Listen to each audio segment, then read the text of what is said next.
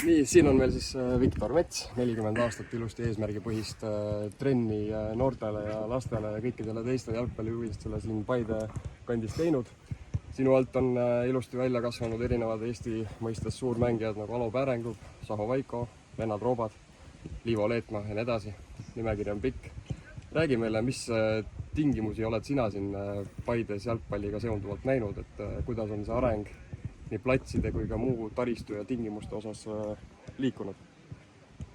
Need arengud on erinevad ja igasuguseid asju oleme näinud. Me alustasime Kutsekeskkooli staadioni peal, mis on tunduvalt väiksem kui see ja tunduvalt väiksem kui Kunstmuru väljak. Seal tegime esimesed treeningud, mis meil olid 60, sinna aastaga 64, 63, 65 aasta poistele ja siis sealt jälle step edasi. Aga eks ta tasapisi on läinud ja paremaks ja viimased pea 10 aastat me oleme siin Kunstmuru peal oma trenne põhiliselt teinud ja nüüd tänu ka Meelise eest vedamisele on ka see Üleaia staadion meil enam-vähem tipp-topp, kus me saame teha kevadest sügiseni, ütleme nüüd siin septembri lõpuni, oktoobri alguseni oma trenne. Aga samas võib öelda, et talvised tingimused on nii nagu on, sest kõik läheb eest ära Tallinnas on neid halle vist praegu 4 või on juba 5 ja meil on praegu 0. Hall tähendab seda, et treeningtingimused on kuttidele on head, poistele on head, tüdrukutele on head, on soe, ei pea külmetama väljas, kui on siin tuul ja on 0 või -5.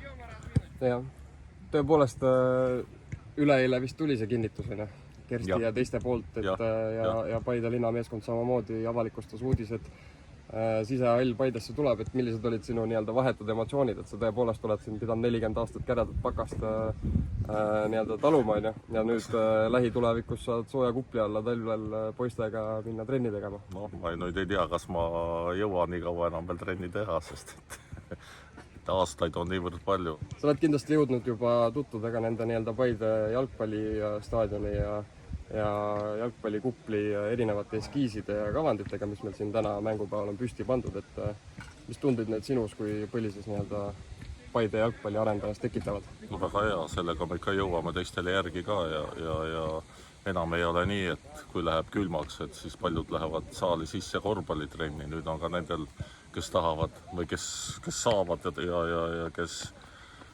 kuidas nüüd öelda, et teistpidi, et meie treeningtingimused on võrreldes korvpalliga, mis meil on siin hästi sees võrdsed, et me ei ole nagu halvemas olukorras ja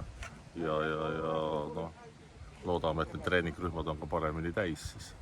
Mis me siin oleme üle 10 aasta Premium-liigas mängida, alguses aitasid sina seda esindusmeeskonda ka käima panna ja nüüd viimased hooajad ka edukalt tegelikult teinud oma eurodebüüdid.